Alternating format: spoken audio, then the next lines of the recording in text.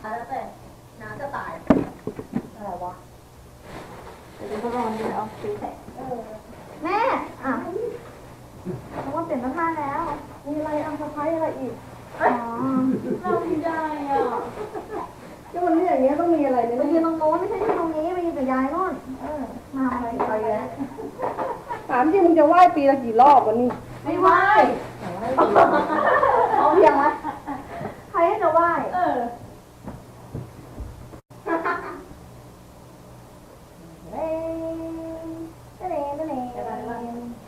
เห็นแล้วเห็นอะไรเห็นลูกอะไรลูกกระเพียนกีบอเชอร์ค่ะ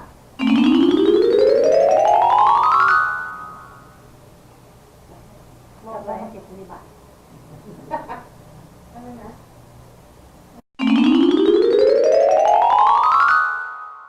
บอกเลยเครียดมากตอนเนี้ย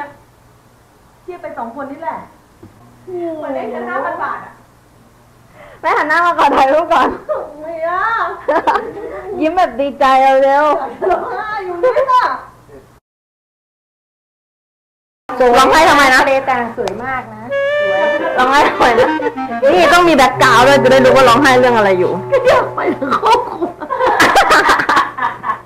ทำไมอยากไป2 คนก็โอเคแล้วที่ทะเลแตงนะสวยมากน้ำดิแล้วสรุปร้องไห้เรื่องอะไรอยากไปทุกคนเลย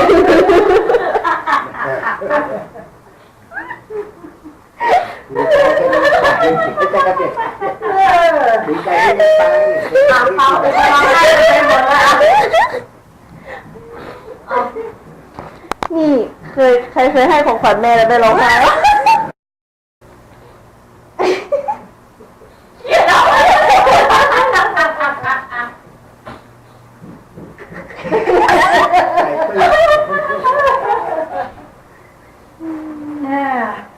เอาร้องไปด้วย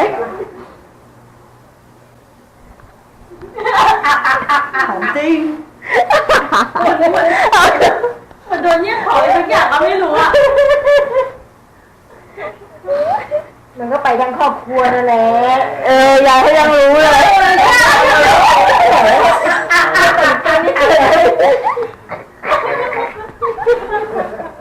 เอามาให้ผลได้เลยไปจริงย่าใหญ่จะรู้เลยใครจะปล่อยให้ไป2 คน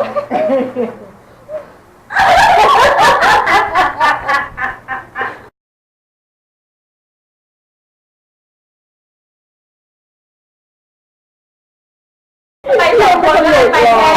แค่ไหนดีวะเที่ยวไม่ได้หนูไป2 คนแล้วคนที่บ้านไม่ได้เที่ยวจะเที่ยวได้ขาวดินเนี่ยสิ้นเดือนนี้แล้วนะเดี๋ยวแม่ไปพรุ่งนี้ไม่ว่าพูดถึงว่าขาวดินเนี่ยก็สิ้นเดือนนี้สุดท้ายแล้วนะเขาเลื่อนมาแล้วเนี่ยเลื่อนเหลือถึงสิ้นเดือนนี้แล้วเหนื่อยเบียร์เนี่ยชอบหลอกอย่างเงี้ยเนี่ยไอ้ใส่รูปคุณบอสมาด้วยไงเขาว่าแม่ไม่ใครจะใส่รูปกับครอบครัวเหรอ2 ใบก็ต้องใส่ตัวดูอยู่ไหนอะไหนอะไรวันที่วันเดินท้องวันที่ไปเที่ยวเหรอรู้ไหมนะวันที่ยังไม่กำหนดวันที่ยังไม่กำหนดทำไมแล้วใครที่จะปล่อยให้ไปลำพังเขารู้ว่ามันถ่ายรูปแม่แบบนี้เลยคนนี้ก็ร้องไห้คนนี้ก็น่าหัวเราะอยู่แล้วน่าหัวเราะจนน้ำตาไหล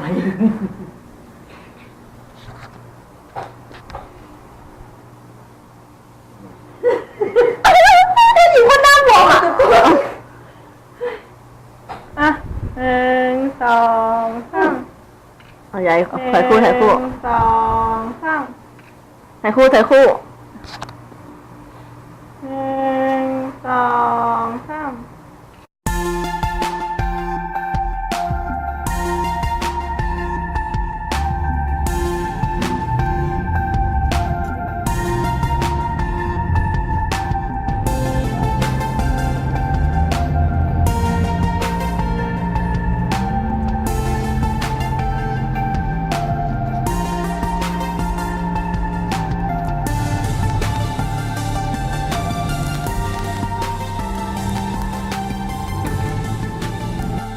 สวัสดีค่ะเบียร์จากเดียวิไลนะคะก็วันนี้เราอยู่ที่ท่าเรือปากเมงค่ะจังหวัดตรังเพราะว่าเราจะข้ามไปเที่ยว ดำน้ำ4 เกาะก็คือเป็นทริปทั่วไปที่เขาไปดำกันก็จะมีถ้ำมรกตอะไรเกาะมุกเกาะกระดานแล้วก็เกาะไหงซึ่งทริปนี้จะพิเศษกว่าของคนอื่นๆก็คือเราอ่ะจะไปนอนที่เกาะไหงเลยที่พักในเกาะไหงก็จะมีประมาณแค่ 5-6 รีสอร์ทเท่านั้นนะคะแต่ว่าเราอ่ะซื้อเป็นแพ็กเกจก็คือจ่ายค่าที่พักด้วยแล้วก็เขาจะมีรถไปรับจากบขส.เมื่อกี้เรานั่งรถบขส.มาแต่ว่าตอนนี้เรากำลังมาท่าเรือที่เป็นท่าเรือเอกชนของอื่นได้ดิแม่ไปฉี่นะคะแม่ไปไหนทำไมกระโปรงยับนี่ไม่มีคนเห็นเนาะไม่มีหรอกรู้สิเลย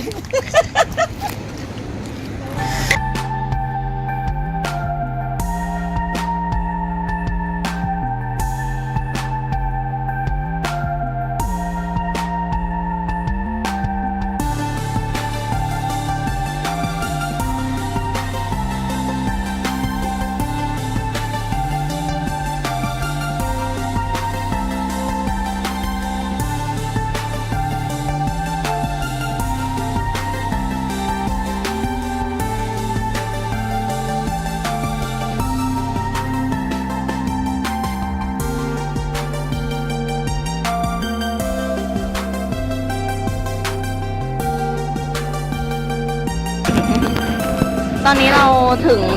เกาะแรกแล้วนะคะคิดว่าน่าจะเป็นเกาะมุกเพราะว่ามันคือถ้ำมรกตที่เขาบอกว่าเป็นอันซีนไทยแลนด์ที่หนึ่งเหรอไล่คูเกาะเราเนี่ยเดี๋ยวเชือกมันหมดเป็นรัดกอกันเลยเชือกมันใช่ตอนนี้นะคะเราอยู่ที่หน้าทางเข้านะคะที่เกาะมุกถ้ำมรกตเรากำลังจะเข้าไปคือชุลมุนโอลหม่านมากเพราะว่าเราไม่ได้ต่อแถวยาวๆไปกับแก๊งแบบแก๊งที่เขามาเรือใหญ่เพราะเรามากันเองเราก็เลยต้องให้พี่ที่เขาเป็นแบบคนเรือค่ะพาเข้ามาโอ้ยถีบเบาๆก็ถีบค่ะใส่มาดีกว่าพี่เดียวแต่ว่ามันก็จะเปียกก็จะพังอาจจะพังตอนนี้เรากำลังเข้าไปข้างในนะคะมืดมากอาจจะมองไม่เห็นอะไรอุ้ยน้ำมันมรกตมากอ่ะเห็นน้ำไหม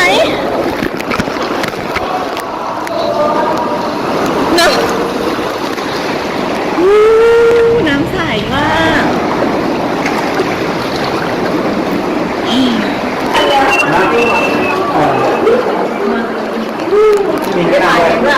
เห็นค่ะอันนี้อะไรหอยเหรอหรือเห็ดย้อยไปเลยนะเรียกเขามาได้บดยืนตีเลยจะจับยูไปเลยจะจับขาดิ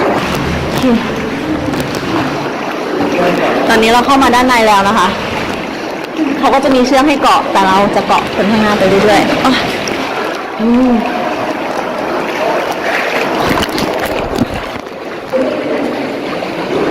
เข้ามาด้านในก็จะเป็นโถงๆแบบนี้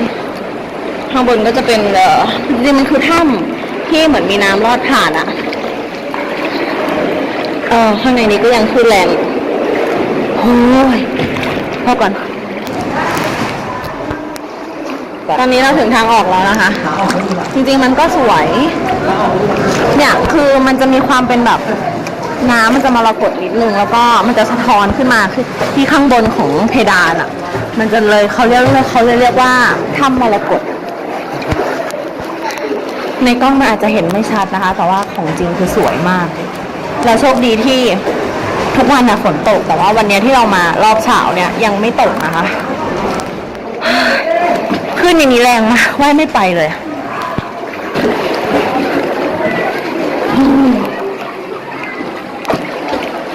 นี่มันจะมรกตแบบนี้โอ้สวยมากเลย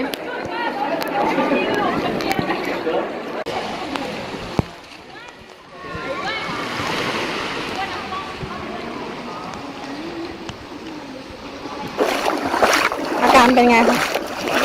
อาการเป็นยังไงคะอ้วก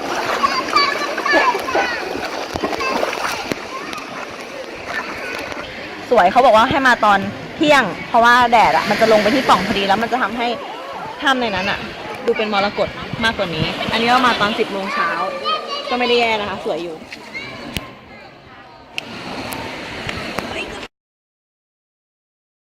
อยากกินข้าวอะไรลงน้ำไม่ได้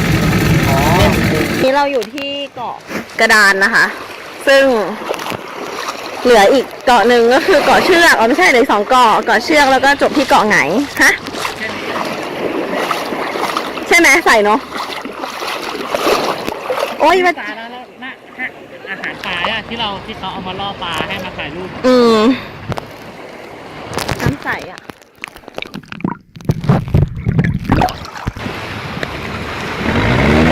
ด้วยความที่เรามากันเป็นเรือหางยาวนะคะ เราเหมามาเขาก็ให้เราพักที่กินข้าวโดยที่ไม่ได้จำกัดเวลาก็แล้วแต่เราตอนนี้เรากำลังจะกินข้าวที่นี่มีที่พักนะคะเกาะกระดานมีที่พักโอ้ที่พักอยู่ติดหาดแบบนี้เลยอ่ะไม่รู้ว่าคืนเท่าไหร่แต่แบบ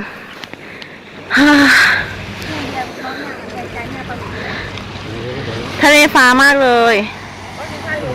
ว้า พ่อดำน้ำไหมสรุปถ้าไม่เอามาให้ก็ดำ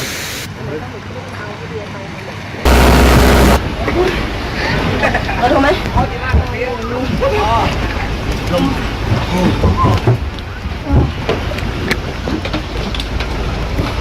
ที่ถ่ายแล้วมันรอดเดียวที่ถ่ายแล้วมันรอดคนไม่ไหวที่ถ่ายแล้วแหละได้หลายจบ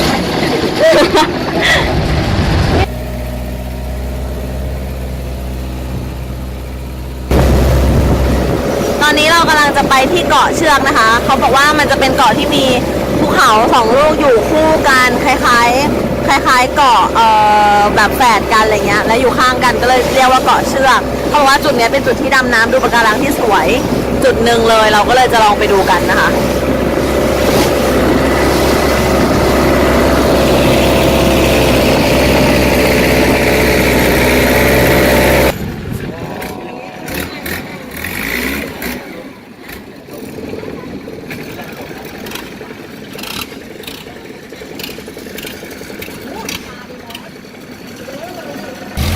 อันนี้เราถึงเกาะเชือกแล้วนะคะ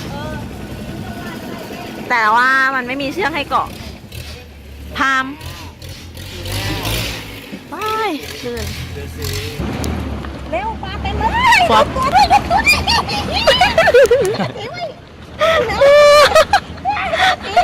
โหปลาเยอะอันนี้มันคืออะไรอ่ะ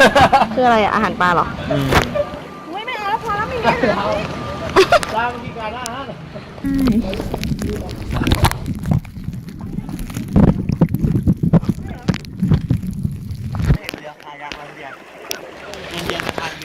แม่ระวังกระเป๋าเปียกนะทำอะไรนะตอนนี้เราถึงที่เกาะไหงแคมปิ้งแล้วนะคะ เรากำลังจะเดินไปที่ที่พักน้ำมันใสมากเลยคือแบบคือมันก็ไม่ได้ใสเวอร์มากนะคือมันก็ใสแหละแต่ใสกว่าน้ำทะเลทั่วไปที่เราหาได้ง่ายๆใกล้กรุงเทพไม่มีแบบนี้นะคะใสจริงแดดก็แรงด้วยเราจะไปดูที่พักเราคืนนี้เราจะนอนเต็นท์แต่ว่ามันก็ไม่ใช่เต็นท์ที่แบบว่าเป็นเต็นท์แคมป์อันน้อยๆอ่ะคือเป็นเต็นท์ที่มีที่นอนเป็นน่าจะเป็นที่นอน 3.5 ฟุตมั้ง2 อันซึ่งเต็นท์หนึ่งก็นอนได้4 คนนะคะแต่ว่าใช่แต่เราไม่ได้นอน4 คนเรานอนเต็นท์ละ2 คนเราได้3 เต็นท์เห็นยังแม่เห็นเต็นท์ยังนี่แหละเดียวโกหกหนูว่าเดี๋ยวต้องรอเขากลางก่อน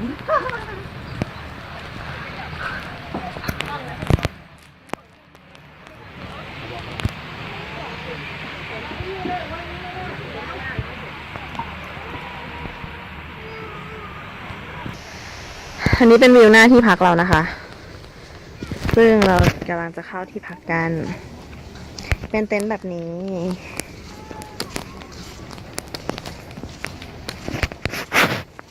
อากาศดีนะคะไม่ร้อนนั่นนะบอสของบอสทางนู้นนะลูกเขาจะมีพัดลมให้1 ตัว อันนี้เป็นอาหารของทางเกาะไหงแคมปิ้งนะคะสำหรับ6 คนเขาจะมีข้าวให้โถหนึ่งแล้วก็มีกับข้าว4 อย่างอันนี้คืออยู่ในแพ็กเกจที่เราดำน้ำแล้วก็รวมที่พักทุกอย่างแล้วนี่ค่ะ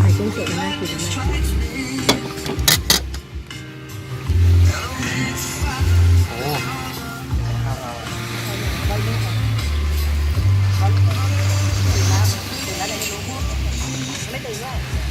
บรรยากาศดีนะคะ คือที่นี่เขาจะเป็นบาร์ แล้วก็อยู่ริมทะเลแบบนี้ โอ้ยพระอาทิตย์กำลังจะตกฟ้าสวยมาก ฟ้าสวยมากตัดกับน้ำทะเลที่ยังเป็นสีฟ้าอยู่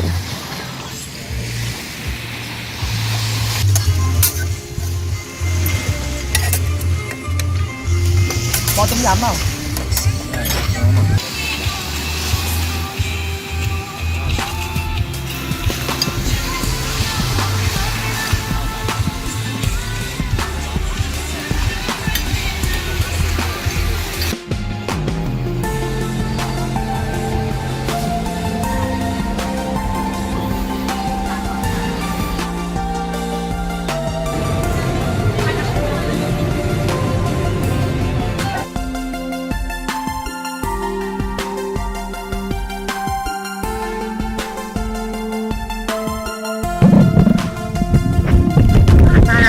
แล้วนะแต่เพิ่งมา